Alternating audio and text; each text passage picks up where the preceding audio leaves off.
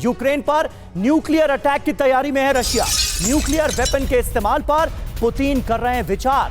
Strategic nuclear weapon से Ukraine पर हमले की प्लानिंग की जा रही है। न्यूक्लियर हमले पर ब्रिटिश सेना के पूर्व अधिकारी का यह बड़ा दावा सामने आया है।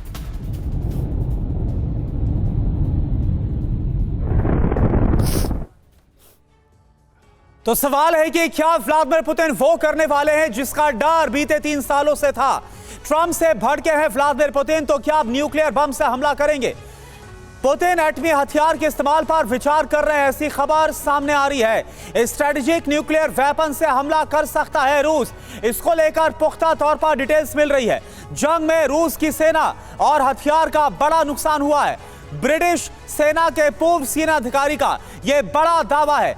हैमिश डी ब्रैटन गार्डन ने कहा है कि पुतिन का धैर्य टूट सकता है।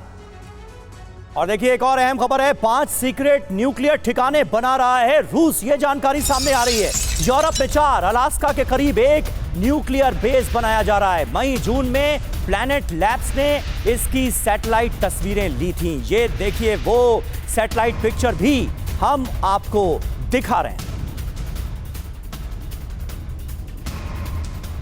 तो अब सवाल यह है कि क्या रूस की तरफ से न्यूक्लियर वॉर की तैयारी जैसी तैयारी अमेरिका और नेटो फोर्सेस की है, और यह रूस ने चेता दिया था कि अगर उसके अस्तित्व पर कोई संकट आता है तो फिर वो कुछ भी कर सकता है। 5 सीक्रेट न्यूक्लियर ठिकानों का तेजी के साथ निर्माण हो रहा है। यूरोपीय सीमा के पास 5 सीक्रेट सेंटर का विस्तार किया गया है।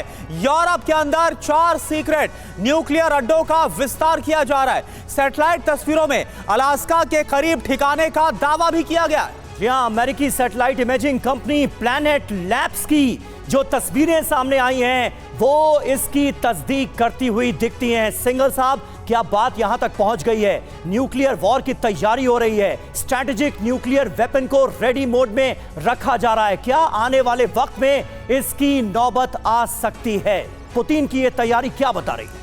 देखिए, मेरे विचार से जो है सब ये पार्ट है इंफॉर्मेशन वॉरफेयर का।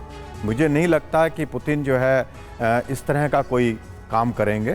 और जैसा कि अभी आपने बताया कि ये British military officer, intelligence officer ने ये स्टेटमेंट दिया है कि वो क्योंकि उनको नुकसान हो गया है। ये खबरें का हमें याद हो तो ये पहले भी कई दफ़े आ चुकी हैं इस तरह की बातें कि, और वो ब्रिटिश या फ्रेंच सोर्सेज से आई हैं कि जो है पुतिन जो है तैयारी कर रहे हैं क्योंकि उनको नुकसान हो रहा है, वो जब वार को जल्दी ख़त्म करना चाहते हैं।